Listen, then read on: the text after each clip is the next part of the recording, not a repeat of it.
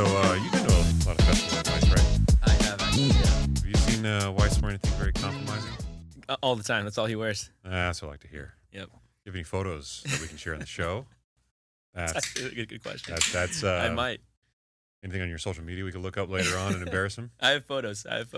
So I've tried to get Weiss on the show, just one-on-one a couple times, and Weiss. So he hasn't been on the show one-on-one. It was with no, Cena? it was with Cena Got from it. Fridays, and I've tried to get him on a couple times, but he has this thing with being in front of an open mic, Totally. and I'm gonna break that habit. Yeah, you should definitely get him on one-on-one. That's gonna happen. Whenever they had to film like the video content for Fridays, he always was like shy, and I'm like, dude, you're good. You should keep doing it. I think he's good too. Yeah, I think there's a lot yeah. of authenticity in him, like being kind of his personality, just very in himself. I think he's very good on camera, I agree.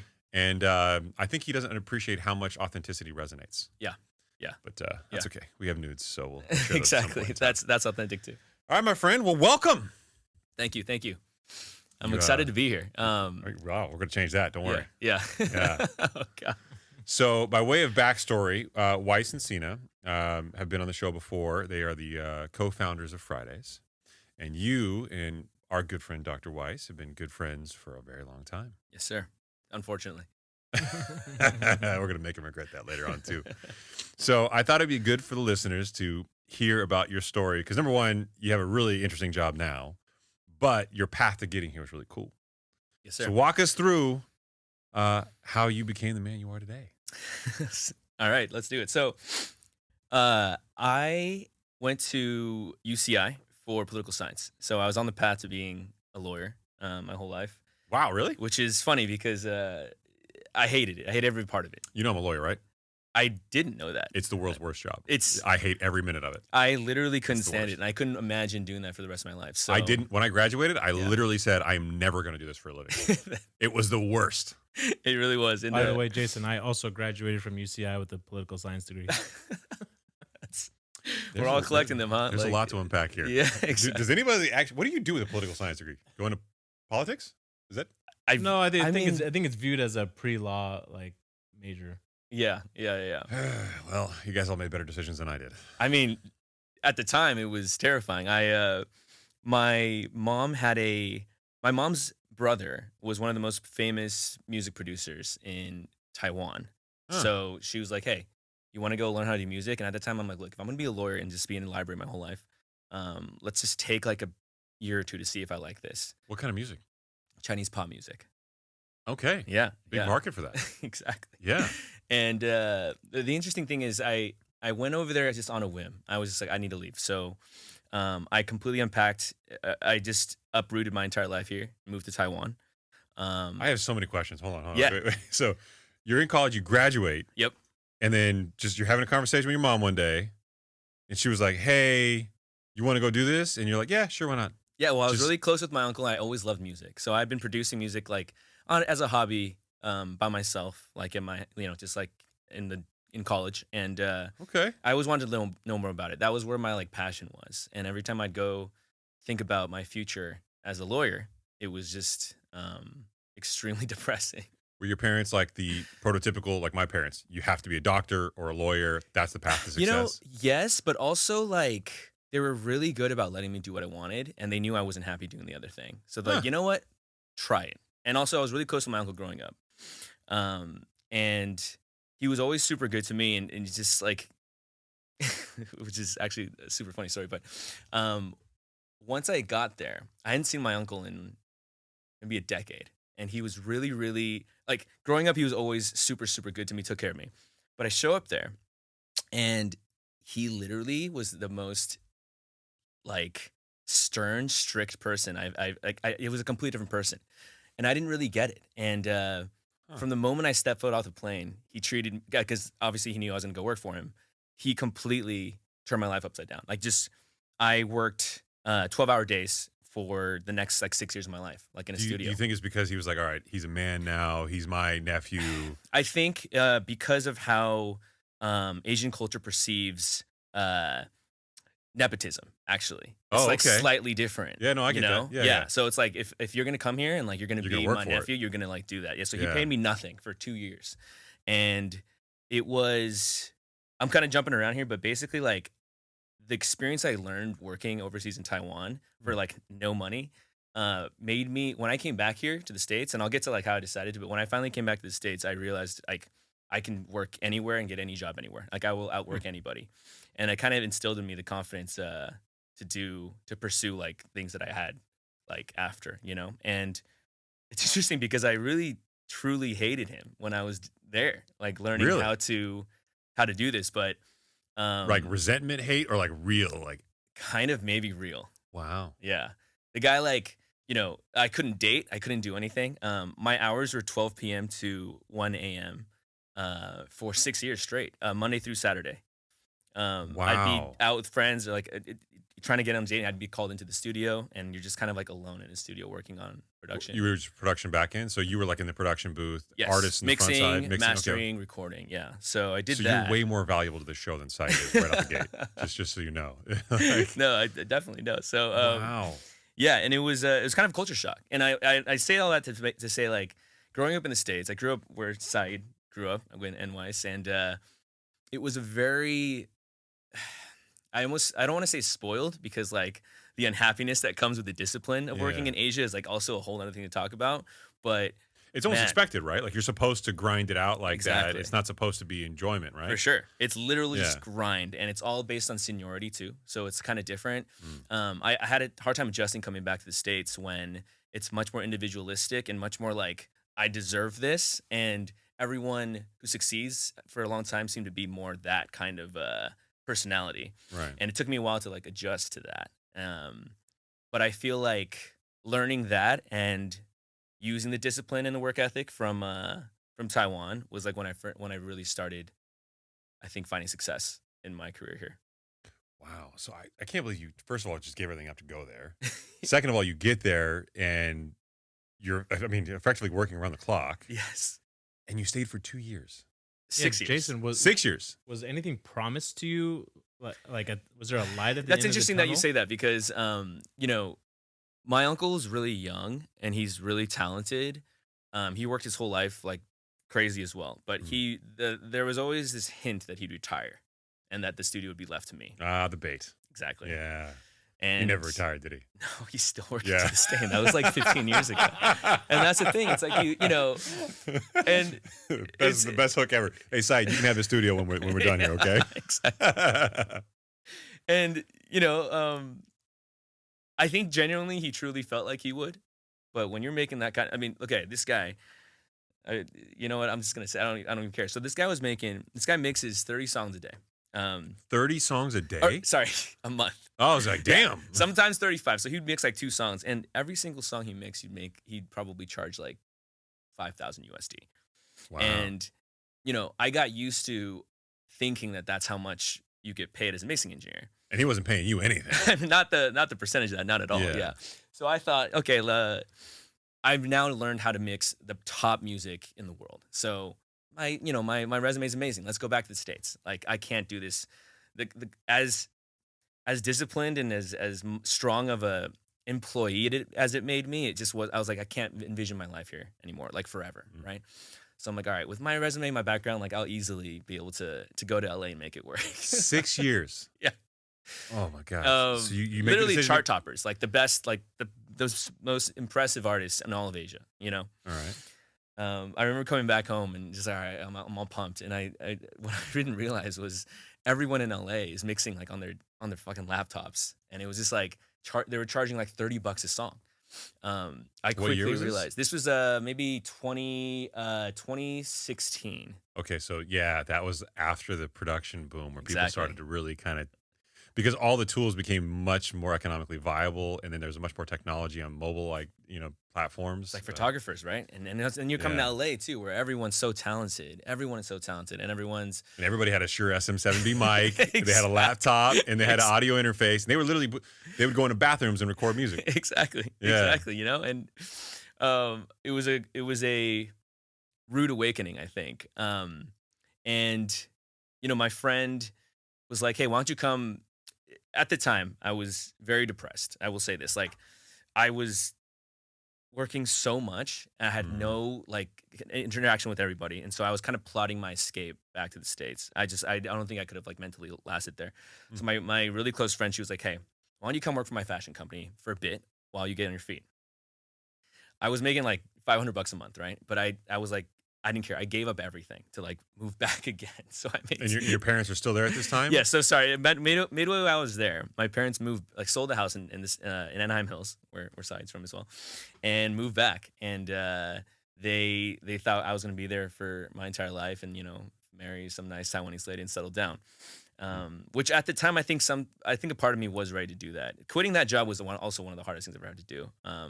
Quitting a job where it's like you and a boss, and with that family connection, I literally like was shaking when I was doing it. But I think like the day I quit and left that studio, it was literally one of the happiest like days of my life. I've never felt a release like that. Wow. Yeah. Even though you had no idea what you're gonna do for money. No idea. All you had was dreams. Yep. All I had was dreams and the money that I saved up, which I thought was a lot. Yeah. When I came back to America, I was like, man, this is literally nothing. And so yeah, I then uprooted my entire life after 6 years and moved back here. And coming back here this time without a family here, almost like as an immigrant, was kind of That's so weird, dude. So crazy. So you get this opportunity for a fashion job and you take it? Like, yeah, I'm like, sure, whatever. Did you know anything about fashion at the time? Nothing. So I did that, and my friend was just nice enough to just like get me like a foot in the door here. I was living in her living room, and I started looking for audio jobs while I was doing this, and I was looking for months. And everything was just like freelance contractor mixing gigs. People are gonna mix your entire album for $300. Back in Taiwan, it's like like $30,000 for us that we would collect. Yeah. And I found a job it said it was a music merchandise job. And I was like, all right, cool. This is it. I'm gonna apply for this one. I go in there and I go to this tiny little warehouse in Alhambra. There was like 5 people there, a tiny little crowded warehouse. And I was like, you know what? I need a job. It's more than $500 a month. So let's take it. I think at the time it was $30,000 a year. Okay. So, wow. And it had nothing to do with music. It was just merchandise for musical artists. Oh my God. So the funniest thing about this though, is that during that time was when everyone in the world stopped paying for music. They would only buy merch. So it was around the time when Bieber was putting out, Bieber and Yeezy were putting out all their merch, and they were selling so much more of that than the actual music. The music became just a way to drive merch sales. Exactly. A way to drive concert ticket sales. Yeah. That's all it was. The actual music itself was just a platform to sell your products. Exactly. To allow you a platform for people to come buy your stuff. Which is how Yeezy got so big, which is, part of the reason why Bieber originally started his own fashion line. For sure. Yeah. And this company is called The Hive. It's actually really interesting. The owner of The Hive was actually a really, really good guy. He took a chance on me. And, we started, like I said, it was $30,000 a year. The company was tiny. Yeah. They signed on an artist named Lil Peep. My boss, who also owned the company, was the manager of Lil Peep. And the interesting thing about that was he just always made really cool stuff for Lil Peep. And all of Peep's friends would be like, hey, that's really cool. Where'd you get that? And then they would link him up. And he's like, you know what? I'm going to start a merch company. But he was early in like that cultural like phase of like these younger demographic targeting audiences coming up. Exactly. So he had like a cult like following because he was appealing to like this up and coming age like demographic, right? Yes. And there was a bunch of artists that kind of spawned from him at that time, right? So many. Yeah. And the craziest thing is, I often talk about this, is like that company, after signing Peep, we were making I think we were selling like, it was like 600,000 on the year, and it was like October, right? So in that year, I can't remember exactly what year it was. We sold about 600,000 in profits. It was like whatever, it means like nothing crazy. Pete passed away tragically. Yeah, obviously, everyone probably knows that. I'll never forget the text. It was just like, "I'm flying to Arizona. Pete passed." Never in a million years did I think. I mean, this guy lived at our warehouse. It was the craziest thing. But that next month, we made I think like 800,000. Because the news of him passing made him more culturally relevant. Yeah. Right. And I always had this guilt in my career because it felt like blood money. Huh. Wow. like he passed, and the company blew up. We were making, the next year, I think we hit 7 million. But isn't that more of a legacy, though? I mean, first of all, 7 million. Wow, that's more than 10x. That's crazy. It was like like it was, but I didn't work closely with him, but literally the guy like lived in our back room at this big warehouse, and would see him all the time, and just something didn't sit right about being in a position where someone passes and success comes for everyone involved. Yeah, but he was also living a pretty wild lifestyle, right? He was. You're talking about an artist who, and we've had these conversations on the show before, but like it's crazy to me to think like in order to be an artist, you also have to have like this internal turmoil on some level in order to be creative. It seems like at least for a lot of artists anyway. For sure. There are some that walk a very different line, but I don't know if that makes you blood money. If anything, it's a legacy. I've grown to come to terms with it a lot more. I think I felt really just kind of like there was a lot of praise being heaped onto the company, and I think at the time I was director of operations. So I started as just like an operations production manager, and then I ended up being director of operations. When we started, there was 5 people. When I left that company, there was I think we had 25 employees, right? So I mean, you do that much volume, you got to have more, right? Totally. Yeah. So spiked. It was 5 years of growth, and the craziest things, we signed a lot more artists who, like, I hate to say it, passed as well, and that ultimately led to higher sales. And it wasn't like we were like there's just something about that was very dark. And I think when I look back on it, and I'm so grateful for that opportunity and so grateful for the experience of like, I used to feel like, man, anybody in this position could have done this, right? Yeah, but was that all the artists that particular guy managed? He was in that niche? No, it was SoundCloud rap. Okay, yeah, well, there you go. I know. I know, but it's still, it's just like, yes, like regardless of if you're a SoundCloud rapper and you're not troubled, you're on the wrong platform, bro. You know what I mean? Like, I don't want to be that guy. I know, of course. But Jason, so do you think now with where this has gone to, does some of this maybe get abused? Where maybe there's some companies out there looking to sign people knowing that, hey, if this person passes, we could potentially blow up? Well, if that was the case, I think that scene died with Peep. Mm. I think maybe around that time there was definitely a lot of controversial people that they would necessarily sign. I don't necessarily think it would like be like that, but that whole scene like ended after his passing. Like, there's a lot of guys who also went mainstream after that, and it stopped being so like cool to that demographic too. For sure. Like Lil Pump and those guys got a little wild. Oh, you know? God, Lil Pump. But they also we did his merch too. Man. Yeah, oh and then my like God. he went like, and now he's somewhat kind of rehabilitated in some way. But then you got guys like 6ix9ine who were also kind of extreme. Yep. And those guys kept going more extreme, but they also just fell off. For sure. I think right now, like the music scene, if I were to peg it, it's more like trying to find hyper regional. Like a lot of the Texas rap guys are coming up, and they're not like those guys at all. Not at all. So I think it's a very different vibe kind of going on too. I think it was just like, man, what's the point of this success and this stuff if you're just gonna fucking overdose and die? Like it was so crazy how many people. I think we were like 5 or 6. It was just too much, you know. And like having to work with some of them close, just like even meeting some of them and seeing that, and then just hearing again, it was crazy. Like, who was the weirdest one you worked with? If you feel comfortable naming. Oh, I mean, straight up Lil Pump was really absolutely insane. That guy was literally insane, and him and his management. And look, I mean, I don't want to generalize, but working with like rappers and their management was also hilarious. It's like no one knew what they were doing. Everyone was trying to like one up and trying to like swoop in on the business. It was a very like just shady business. Did you like the merch you were making for those guys? Yeah, here's ultimately merch ended up being very similar to music production because you work closely with the artists about what their vision was, and they had releases that coincided with the music. It felt very much like, obviously producing the music was so much harder, but it was like you're still working with their vision to complete like about like 10 SKUs that you'd put out with each collection, almost like 10 songs that you put out with an album. And the collections can't match the albums, right? And then you have the studio and the management all like with their own annoying like things jumping in. It was very like similar in that way. So I enjoyed it, and I think I excelled at it because of that. I was always very good with talking to artists. Okay. Yeah. And I think one thing that was very frustrating with that kind of work is we would be kind of like what are those tech companies that raise companies up called? Like Venture capitalists. that, but like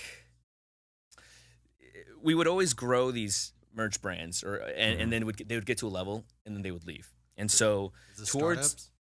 not startup, it's I can't remember the word I'm looking for. There's Y Combinator does that too. Whatever that is. Yeah. Yeah. The Y Combinator. Yeah, groups, that kind of stuff, right? So incubators. Incubators. I got you, bro. There it is. There it is. We all know that from Silicon Valley, the show. Great show, by the way. Great show. Super underrated so show. accurate. These guys don't know. So they don't accurate. know. Yeah. Yeah. But that's ultimately like the model that we were. But you'd get to this, you get to a size, and I'm gonna take this time to talk shit on some of these big major record labels. Yeah, dude, At the time, merch was not really a part of the contracts of a lot of these artists. Oh, they weren't 360 deals then. No. Okay. And we were making so much noise with a lot of stuff that basically the downfall of merch was, well, every single fucking pizza shop wanting their own like merch, thinking that, and then being surprised that it doesn't sell. Okay, that was number one. Like podcasts. Exactly. Yeah. Man, we were there for like, holy shit, everyone wanted merch. It was hilarious. Yeah. And regardless, but then the record labels started getting really mad and basically telling the artists, if you don't sign your merch deal with us, then we're not gonna support you. So that pretty much was the beginning of the end. This happened in sports too, where there was a lot of cottage industries that were coming off of like these pro athletes. Like they would go to clubs and they would get paid for club appearances, and the agents and managers weren't taking any of that. That was all outside of it. Then around 2019, 2020, they started signing 360 deals with all the athletes. That's included? That shit's included? Now it's included. No way. Now That's it's a great. I didn't 360 know deal. that. Anything they touch as athletes, you're gonna pay that commission to the guys. That's insane. Yeah. So and now like merch and all, they used to be able to do their own merch on the side. You get like big contracts like Nike and Reebok, and like they would take their cut for that. But if you did like a small like merch drop or something like that, or you want to do your own thing, like they were like whatever. It doesn't matter. Yeah. And now they cut everybody out, and the managers and agents of these guys take a piece of everything now. It's just unilateral. Yeah, it's wild, right? It is. Yeah. And that's essentially what happened. Artists that we worked with that were too big would also be advised, just start your own clothing brand. Like, cut them out. Of course. Like, why not just start your own clothing brand? Everyone's gonna just buy that instead, right?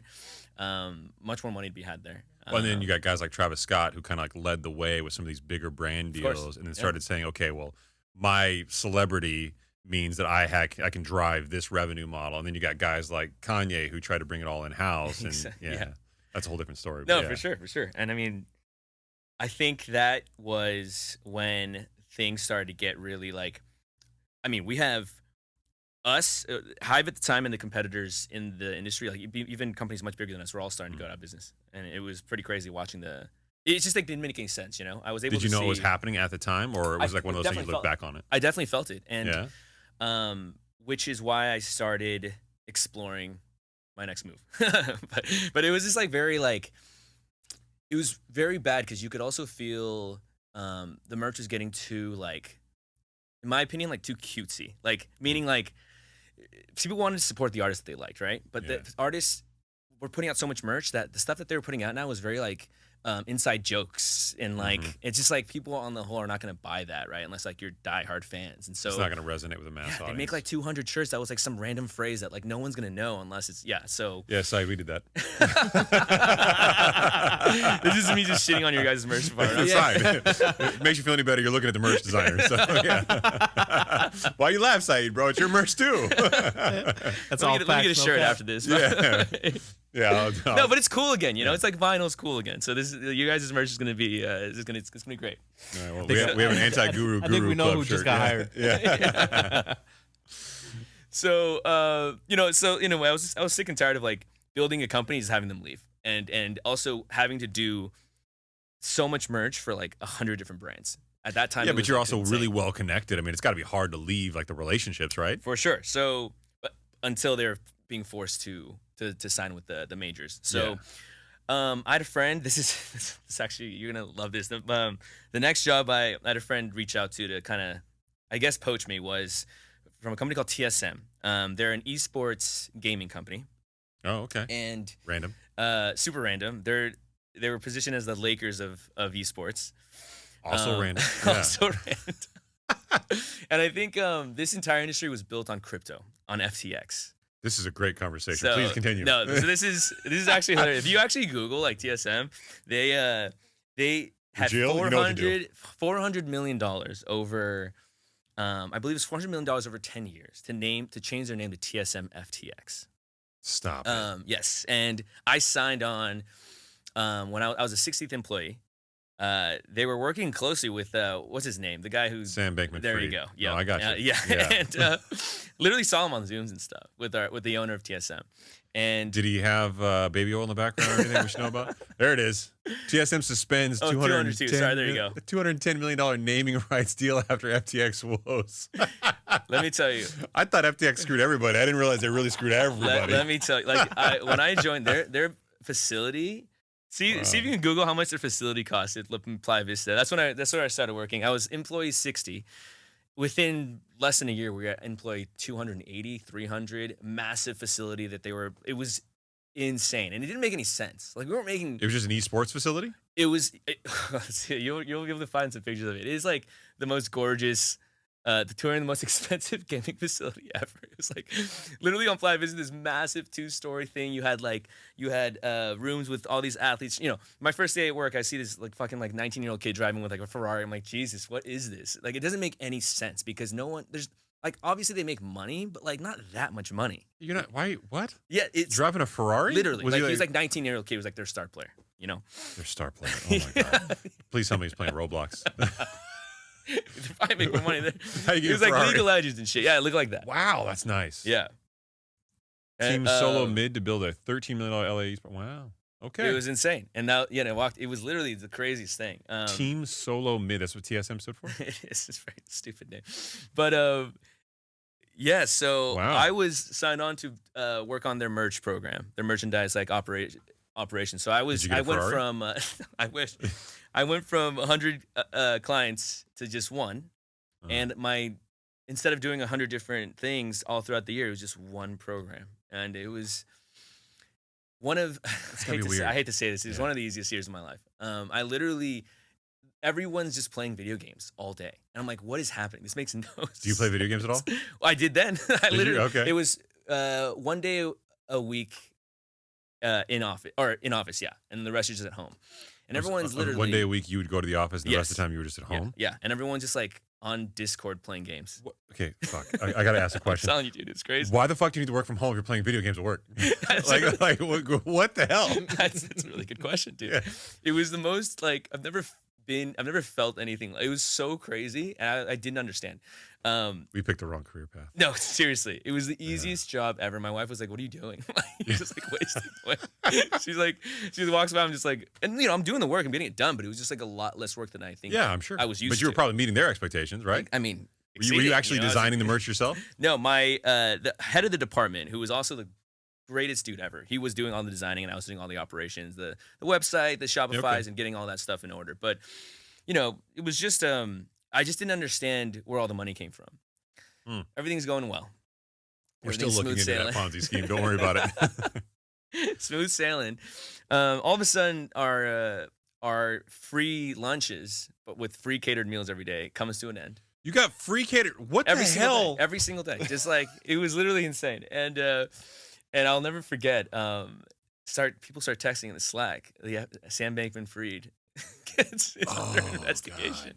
God. I would have loved to have been an employee then. Oh my gosh. They called an all hands meeting. Oh, they have which hilariously, like, they had no communication. They were the worst management I've ever seen in my entire life.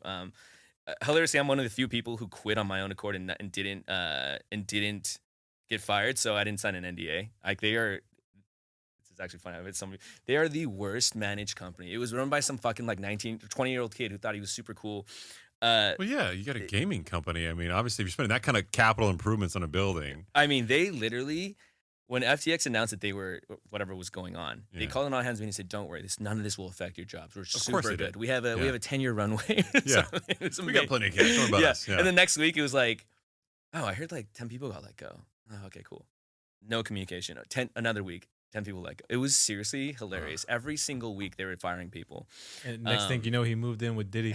Exactly. Yeah, I mean, did nobody get the lube reference I made earlier? Is that, yeah, just got that? Which, by the way, I heard FTX is paying everyone back.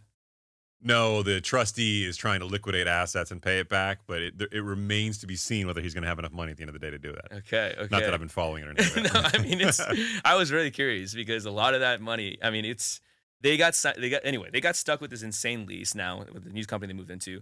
The company last I heard is down to 16 employees, and that was like last I heard. I'm sure it's probably less than that. It's completely dissolved. How do they make money? Well, I mean, esports doesn't have like a huge like marketing following. They made money on Twitch.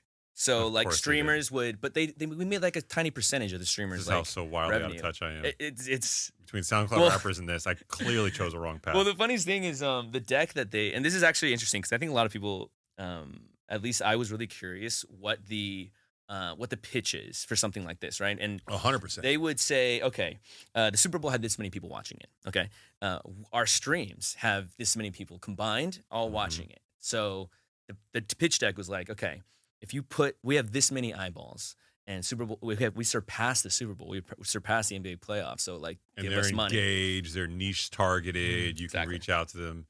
Yeah. And what they didn't realize is that half of like the Lakers is like the stadium and the parking and the food and the actual real estate of people attending. And what they didn't realize is broke gamers don't buy anything. And so it's like they're just watching Twitch streams. This is actually something that Gilbert Arenas and his team over at his podcast have been trying to grow. Is they factored in how many people would come to the games. Arenas would sell out for 20,000 people, but each episode of their podcast gets around 200,000 viewers, right? So they say, well, we can charge the same amount that these NBA teams are charging for advertising on our podcast.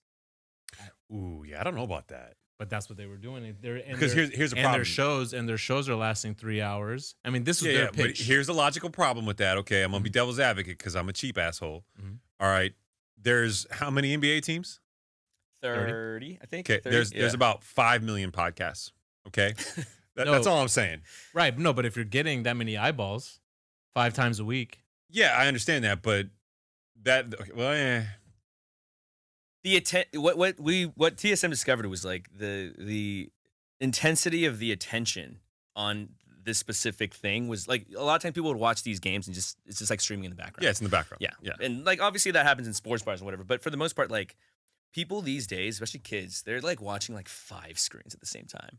So there's a lot, like the attention economy is now split up between so many different things. It's not the same. And I think similar to like, what you said, Saeed, about that, like you're definitely right. I mean, there's only this many things. There's a limit to what you can fose on, right? But and I would also argue that most podcasts are free. So if you're listening to a podcast for free, but you want to charge me to listen to it, like I'm going to pay a membership to listen to your show, you got to have a damn good show, For sure. My favorite NBA podcast, they started charging, and I never listened to it again. No, it's not that what they were charging the listeners is what they're charging the ad revenue for people. Yeah, right. But see, then I look at that. If I'm an advertiser, I say, well, then why don't we just talk about conversion rates? Yeah. I don't care what eyeballs you're getting. Exactly. I want to know how many of your people buy. Exactly. Absolutely. That's why so many of them have these affiliate codes, right? For sure. If you give me an affiliate code and I don't convert, I don't get paid. Mm-hmm. But if I do convert, I get paid. Nobody likes to do like, so we have friends in the industry and they're doing like these baseline minimum deals. So you pay me 10 grand and you give me a commission. That only works if you're converting a lot. Yes. And it's very difficult, especially like from a podcast perspective. I think it's very hard to convert. I can tell you firsthand that it is. I'm just like thinking about like, have I ever used one of those deals on a podcast? Nobody uses those, yeah. Yeah, but nobody uses that's those. What they're paying for. You'd think like, yeah. The problem is that if you're advertising on a podcast, like you're getting brand recognition, you're getting intangible access. Yeah. But those affiliate codes work on like such a small percentage of conversion rate that it's not really viable. Yeah. Most of the larger podcasts are making money by selling some other product. Right, that's where the bulk of the money comes in, or they'll have like a brand deal where it's like a show buy this, but it's not really an affiliate code driven business. Like those, like Alex Jones selling fucking frog dick pills or whatever the fuck, right? Yeah, exactly. We're trying to get C4 on board, but apparently we're not athletes. Which Saeed, get in shape. Yeah, so so you're here. They're laying people off. You've now realized that you've got 1 degree of Kevin Bacon separation from Sam Bankman-Fried. Yes, and I realized that I never want to be laid off. I'm always going to try and make that move first. So my friend said, "Hey, there's this streetwear brand, and they're looking for someone to like you to do like operations for it. And it was actually pretty. I was like, man, am I going to leave the easiest job of my life? Like, Because the job's going to leave you if you don't. Exactly. My wife was like, dude, you need to, like, I literally lost all drive. And this is so important. Like I think as humans, we need shit to do, you know? And like, Yeah, you need like purpose, I literally lost my drive but it was just like, it's just like, all right, let's do it. So, but you know, I cherish those. It was, I think 2020 to 2022. So I cherish those years because I just got married with my wife, and we were like, I think very few people got the chance to, really just like chill with your fucking wife for 2 years at home, like Yeah, bro, I'm laundry. jealous. It was Congrats, amazing. by the way. Yeah, thank I've you. been thank married you. for way longer than I care to remember. Yeah. Yeah. That was like incredible. And I was like, you know what? It's time to go back to work. And I met the two co-founders of Pleasures. And Look at him. He had this teed up, ready to go on the screen. there it as soon is. as you There said it is. And they are, you know, I think having No, two. you don't got to be humble, man. The hottest LA streetwear. Come on, you can say it. Yeah, he's being a little bit Listen, humble right now. Pleasures is amazing because a couple things. And this is my one little short pitch about this, but the two co-founders are two of the most knowledgeable about streetwear and the industry that I've ever seen. Like, they are walking encyclopedias about every brand. I love talking to them about just like, hey, what brand, what's their story? They know every single brand and like the story and the background. They can see any design and know like where it's from. It's actually amazing. That's why it's cool when a brand hasn't been sold to like an investor yet, because they have that knowledge that started it. Well, you got the passion, and the passion drives the interest, and that's where corporate America, all they're seeing is the money and the return. For sure. So they lose that granularity. Exactly, and that's happening across the board with companies across the board. And But it's how do you prevent depressing. that? I know. It's at one hand, like a streetwear brand will grow to scale, and then you go, okay, we're getting an exit opportunity, or we're getting a brand partner Why would you not take opportunity. it? Yeah. And I mean, I've got a whole storied background with private equity myself. One would say, and I will share it on the show. I can't stand it, but it's also like you said, Yeah. like how can you prevent it? I mean, there's always a creative way. I'm sure somebody will figure it out at some point in time. But I look at streetwear brands, like let's just like the most obvious ones are like Supreme. Sure. Right? Like look what happened to them in recent Second years. 2 sales already, right? Yeah. Yeah. And they've really faltered. They still have a loyal following, Of course. but they don't have the cachet they once had. Of course. And that is, I think, like, that's why I love working here so much, is you just like directly with people who started it. And I think that's like very important for me. Another thing is they're the streetwear brand, I would say, on the planet that's most associated with music. So music's such a big part. It never dies, obviously. It will never die. And so I think that is what has made this brand very important. They started from, their love of like Joy Division, Radiohead, like that kind of era of things. And it just resonates throughout their entire brand. One cool thing about it is, when Alex and Vlad, when they started the brand, they realized that a lot of streetwear is very exclusive and kind of Limited like verse drops kind of thing. yeah, kind of like that, and also just like a little bit more like violent, like kind of like a darker vibe on a lot of that stuff from some of those brands before. And so they wanted to do one that was more inclusive. So that carries on through the ethos of everything we do, meaning like we don't have a lot of sold out things, like unless something's like really, really insanely like we didn't estimate how well it'd do. We want everyone to be able to buy it. We're also like not trying to price gouge ever. So we always sit like slightly below like what your typical brand is, because we also think it's insane to just like screw people out of like their hard-earned money. So a lot of brands in like the last like call it 10, 15 years took the limited edition drop model. You had to be online and buy it at a certain time. Exactly. And then there was this whole aspect of like, okay, let's make it hyper limited, and then the quality kind of went down. For sure. I think Rugi's a good example of this, or Yes. And everybody was buying Rude for a long time, and they had this brand blow up, and they had a lot of people follow it. But he's also had his trouble in the higher fashion world. That's kind of been interesting to follow. For sure. Not that I stalk people on social media or anything. But this is kind of a perfect background for you, though. I mean, it has music, it has positivity, it's got a lot of your background mixed into it. I'm glad you picked it. That's why for me, it's like perfect. Did you know that when you went there? I'll be honest, like, no, I didn't really know. And the funniest thing about this is it's across the street from the Hive. That's awkward. It's so weird. Like, when I left the Hive, it was like, oh, I never thought. And then now it's like right across the street. I see it every day. When you first went there, did you interview there across the street? It's a new office now. Oh, okay. And we took over this amazing tech office in Arts District, and it's it's the energy for being a part of a company, a smaller company, where you can like feel every decision you make, whether it's the right one or the wrong one, you see the results instantly. And I think for me, having done music production, having done like just production in general, that is very rewarding and important to me. Like I realized I couldn't be a part of like just a part of a cog, like a cog in a machine, I should say. Yeah, it's weird how many people we talk to that come on the show. We tend to talk to on the show a lot of entrepreneurs, right? There are very few people in corporate America who feel the same type of passion that entrepreneurs feel about what they do for a living in their jobs. It takes a very like unique perspective to find a job that aligns with you. Definitely. So talk to me about what you do. Like so GM, I'm right? Yes, I'm the GM. Yeah. I basically touch all aspects of the company. We're a really small team. We have design. We have e-commerce, direct to consumer, and then we have wholesale. We're in Nordstrom's. We're in We're in some of the best retailers around the world.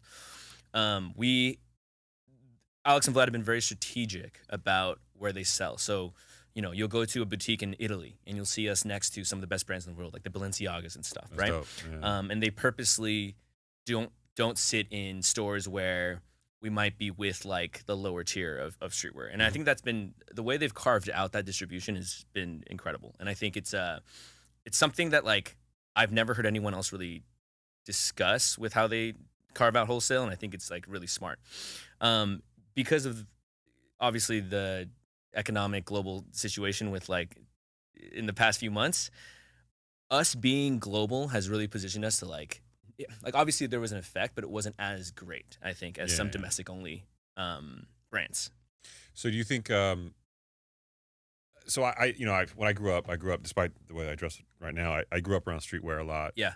I grew up in a pretty urban environment, and then I met Said and got my act together. But do you think being in Nordstrom impacts the cachet of the brand? It's an interesting question because because that's what I wanted to say too. To piggyback off that question. Oh, you can't steal my question. No, What to you doing? piggyback, is there a fear in the company of going too mainstream? Like, how do you keep it popular without going too mainstream? So we're actually coming into our 10th. They're coming into the 10th year of the brand's existence, and one thing you'll notice is like streetwear brands are, I don't want to say a dime a dozen, but they come and go. You'll have a flash in the pan, some guy makes millions, and then like the brand's kind of gone like a few years later. I think longevity is something to be very proud of, and it's something that Pleasures has. The way that we put it is they spent 10 years being the cool kids, and now like I think the next step is allowing that to grow and access it and make it more accessible and available and more visible to everyone else. There's also like the fear of God approach too, right? Where you can separate the lines. Exactly. Right? Exactly. Yeah. And the thing with Nordstrom is that like they have a young male adult section. That's like where the streetwear brands go, and it's pretty hard rail, to right? get in there. The rail section, what it was called? I'm not sure. They just call it young men's, whatever. adult male. Yeah. It's when you walk in, it's all But it's pretty rare to be in that collection, and so I actually think in this case it's been a source of great pride, and that we're in that. No, it should be. Yeah. Long story short, one of my first jobs, I worked in Nordstrom in customer service. Oh my gosh, amazing! And there was a Korean dude who taught me everything I know to this day about fashion, who like had a huge impact on like the way like I dress and think about life. But he also taught me a lot about the business, the merch side of the business back then, stuff that to this day I still think about whenever I walk into those. But he used to tell me how like brands used to really try to pitch and get in there. Yeah. And it took like a huge amount of effort to get brands in that store just to sell product if it's not somebody that's well known already. I mean, let me tell you, just to even sell in there, the operation to get it like finished and bagged is just like it's a tricky thing, and I think some companies just don't even have the operational capacity to like get it in there. Because is it regional for you guys? You guys got to sell like nationwide all their stores and have a certain amount of like inventory. We choose the stores that like are probably the most strategic for streetwear. Yeah. So you go, that store's ghetto. We'll go on that one. I'm kidding. No comment. Yeah. But Jason, was there like a singular event that really came across during your time there that took Pleasures to the next level? Because just doing a quick Google search, I'm seeing top celebrities that have been seen wearing Pleasures is Rihanna, Kylie Jenner, The Weeknd, Kendall Jenner, Kim Kardashian, Zendaya, Beyonce. I mean, the list goes on and on. Well, look, I'll tell you my most the proudest moment was last year's Coachella live stream. Dom Doll and John Summit were wearing Pleasures on the main stage, and I was Okay. like, "Whoa, Jesus, Yeah. this is awesome!" Because your music background, like Exactly, that's exactly. the vibe, right? Yeah, and then we got NBA players wearing them all the time too. And like to be clear, like we generally don't send it to them for free, so it's always very nice to see you get love from a lot of these people. Yeah, NBA That's players. that's interesting. So, a lot of brands will literally sell or send free merch to a lot of people just to wear. Like, hey, Kylie Jenner, wear this. Of course, yeah. Because if they wear it, then their brand gets a boost. Yeah, You guys really don't do that no, much. no. Right? I mean, if we have, it's like, it's much more targeted. Like that, world is not one that we've like reached out to until like recently. We've started to develop, but I will say that, and we did a collaboration with On Running earlier in the year, a couple months ago. That was the most amazing thing. They hadn't worked with a streetwear brand ever, actually. Yeah, I was gonna say that's an interesting pairing. Yeah. Like, how did On Running and you guys come together? Is like a backstory there? Or? There was so we do a lot of footwear. Yeah. A lot of people say you can judge the success of or the health of a streetwear company based on their footwear collabs. And we were connected with this running store called The Loop, and they also had worked with On Running a lot. And so that was like kind of the connection. It was like a three-way collaboration, I guess. But the coolest thing was just that they hadn't really done streetwear. So it was like an honor being able to do this stuff, and it's just a beautiful shoe. It's super awesome. Yeah, when I went to first of all, I love the color palette that you guys picked for that. That was Yeah. a pretty cool shoe. It was more kind of like a neutral earth tones, which I think is Yeah. really popping right now. Yeah, But yeah. I was stunned to kind of see that brand and you guys work together. But it makes sense. I No, get for it. sure. I mean, we Yeah. kind of, we do a lot of like random things that just kind of come out of nowhere. And I think like, Alex, one of the founders, always likes to say like, collabs are so like, I mean, licensing has blown up in a way that's Yeah, it's even, like the even my merch of C4's got now. Hawaiian It's- Punch I mean, license. I mean, it's- everybody's licensing everything now. I It's mean, there's like Selena Gomez Oreos, and I'm like, what the? is there? No, there's not. Yeah, it just Stop came it. out. Yeah. Is it really? Yeah, I just bought it back. It was actually It's got a picture of Benny Blanco on the front smiling. It's actually super good. It's like, Is it's it- like you had horchata. 'em? I did. You dirty No, boy. it was at a party. I'm like, dude, I gotta try this shit. But the license, I mean, that licensing industry has blown up in a way. That's Wait, like hold the on. merch I call part of it. BS. There's no way in hell there's Selena Pull that Gomez up. Pull that already. up, and you gotta get a pack. Stop. Oh my God. It might be hard to get a pack too. Is it like honestly. flavored or something? It's or- like horchata. That's racist. That's that's I their call. did not know that's a thing. That's so cool. Yeah, it's delicious. Go get a pack. Go get a pack. Yeah. Go get Selena get the Oreo Selena sponsor. Gomez getting a free plug on the Why, highway. know. why is there no shout out to Benny Blanco here, bro? That's what I want to know. Seriously. Someone called Benny. This is a travesty. But yeah, so I feel like with licensing's having its merch moment of 10 years ago, where it's just everyone is doing it. So Yeah. if you do the expected thing, it's just too predictable. It's not as cool. You got to do something that's like kind of crazy and out there, right? So that's kind of how. Otherwise, like the attention economy, it's like instant. It's like you see one thing, it's gone, right? It's so crazy keeping up with like the attention spans of like this demographic now, especially like even the way that people wear clothes is different. The way that people support brands is different than I think it was just even like, probably like 5 to 10 years ago. What do you mean? How is it different? I feel like before you'd have people who were very loyal, deathly loyal to certain streetwear brands, right? And they would only wear that. They'd only buy that. That was like, that kind of a customer was much more easily identifiable, like even on the back end for analytics sake.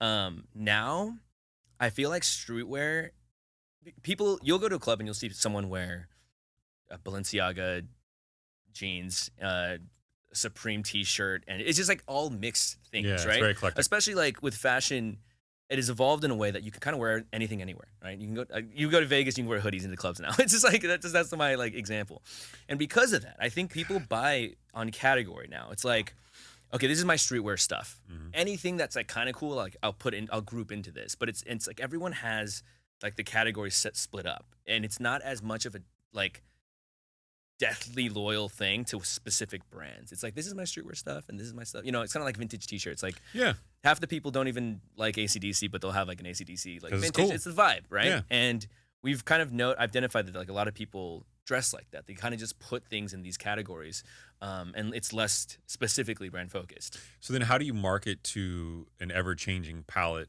from the consumer? Do you just make a lot of different product? So we have a lot of product, and we try to make something for everyone. We have we try and be a little bit more crazy with some of our designs, but yes, that is one way, and I think you just kind of have to be a little bit more flexible with your offering now, and making, like you said, making sure that there's enough variety for anyone to feel like it fits in their wardrobe. But right? that's super hard to manage, like a lot of SKUs like that, right? Of course, like of course.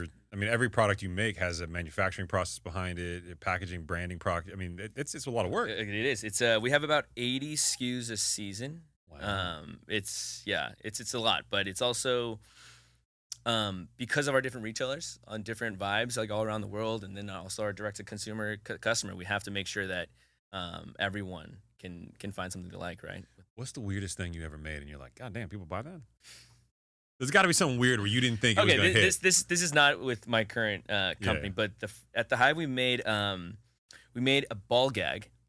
But the problem is we tried to laser on the logo on the, but we weren't allowed to sell it because, like, I guess once you laser it and it goes in the mouth, I don't know. So that was a whole thing. It's a choking hazard at that point? I think so, yeah. Ball gag was interesting. That's why you can't buy another ball gag. We made a... wait, hold on. You can't just walk away from that. It was a SoundCloud rapper. Oh. Yeah. Which I'm not entirely sure if he's around still, but... He's probably dead. That's been a reoccurring theme in your life. Yeah. Oh, God. Yeah, no, it was the curse. That got dark. It was the curse. Yeah. No, it's crazy, man. If you're making ball gags, I mean, you're kind of telling people. There's red flags. Well, he used it, and he passed away, unfortunately. Oh, Saeed. That's why you can't use yours anymore. It's decorative only. Higher standard ball gags. Exactly. Sponsored by Pleasures. Yes. Yeah, so, that kind of brings me to where I'm at now, and... I do you like what you're doing now? I love it. Yeah. It's very rewarding.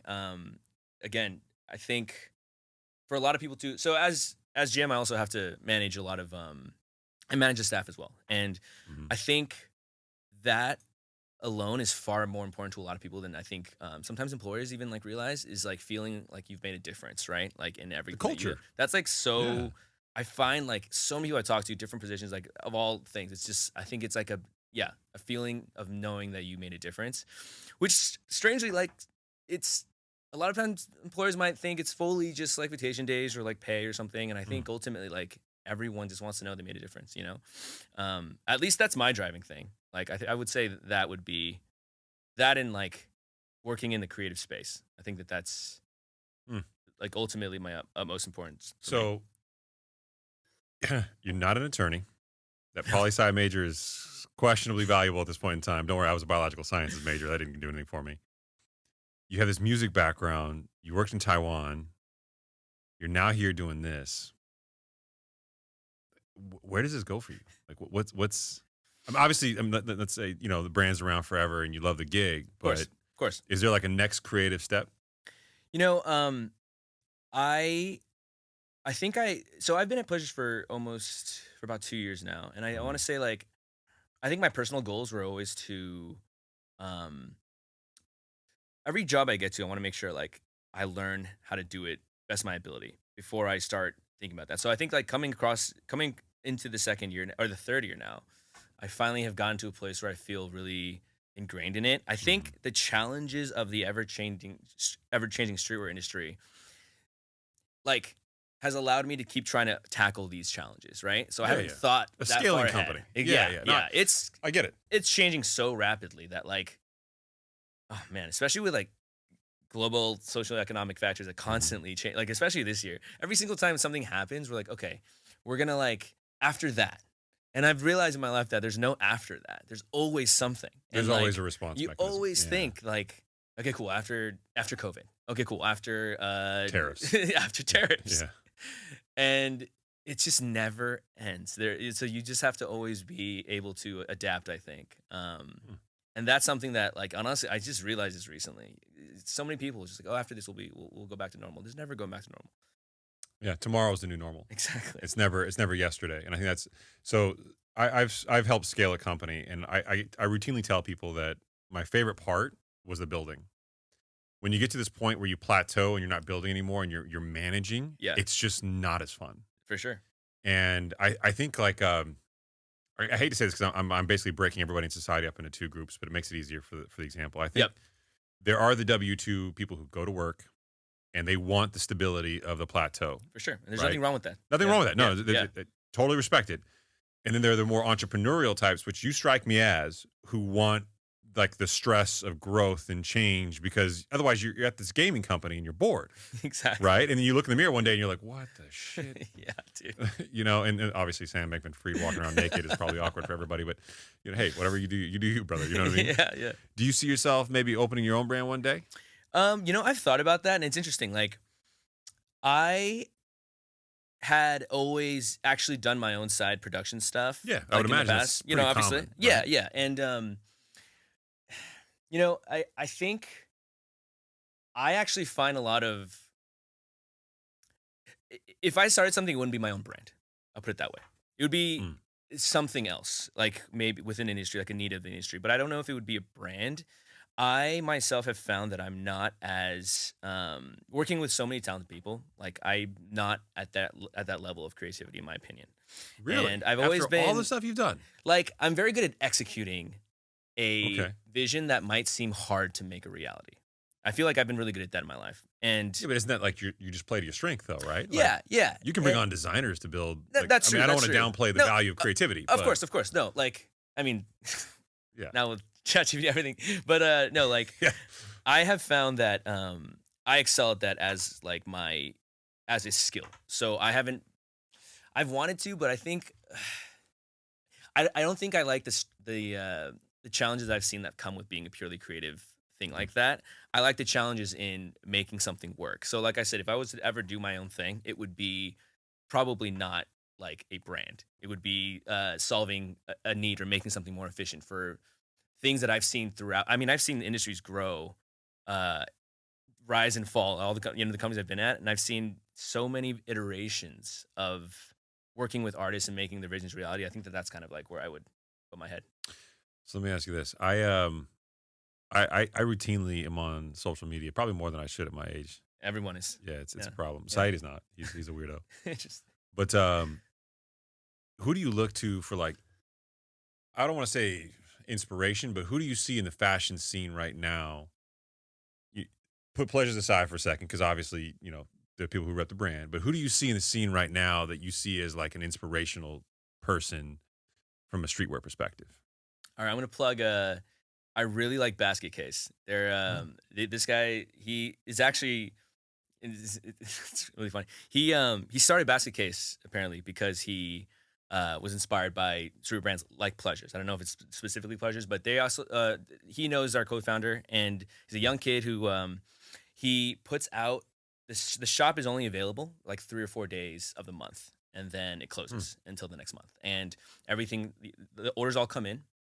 He produces everything and then puts it out. And look, I'm assuming a lot just because I'm familiar with the pre-order game, but his business model, again, I'm assuming a lot, but Yeah, is I mean, taking pre-orders and then You're funding it. it's amazing. Yeah. Like it's You're self-funding. Okay, there you go. I love everything they do. Yeah, big fan of their stuff. They just have now it's a collab. That's New Balance. Yeah, and all this the big players, like they're big for a reason. Like they put out they're consistently good with all their product, with all their marketing and everything. So obviously the Stussies, Carhartt whips, like those are always just going to be, always just going to be staples. We're I think now that I'm in this industry, this scene, I think all I would like to do is continue to elevate it, to strive for our place amongst those guys. You know what I mean? And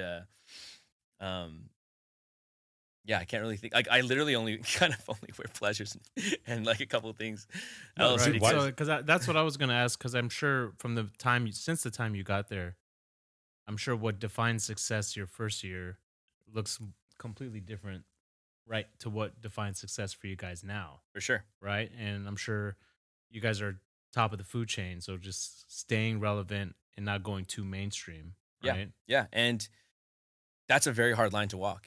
It's a very, very tricky line, especially with, again, every generation like thinks the last one or the coming one is like crazier. But man, we're dealing with a generation grown up on on TikTok and in Reels and everything is just like ever changing. But you so see it in the fashion industry too, with Yeah. a lot of. So I use Jaden Smith as a great example of Yep. this. I look at the way he dresses. I know I can't wear that. right, exactly. But there's an entire cohort of people in his age demographic who aspire to dress like that. Totally.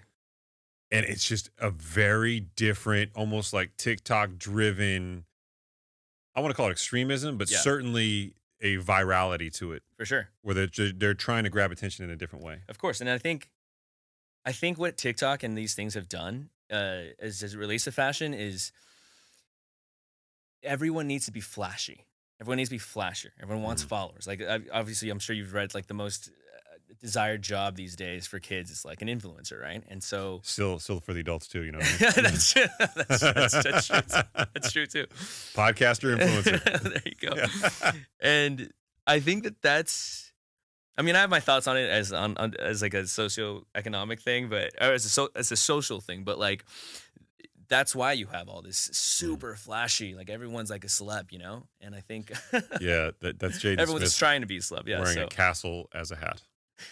Makes sense. I mean, Yeah. it's not even functional. So if I got you that, would you wear it on the show? It's not even It's functional. not even. Is that what It's you not said? even functional. It's a great tag. Yeah. That'd be the best comment under that post in social media. It's not even functional. Does it have a moat?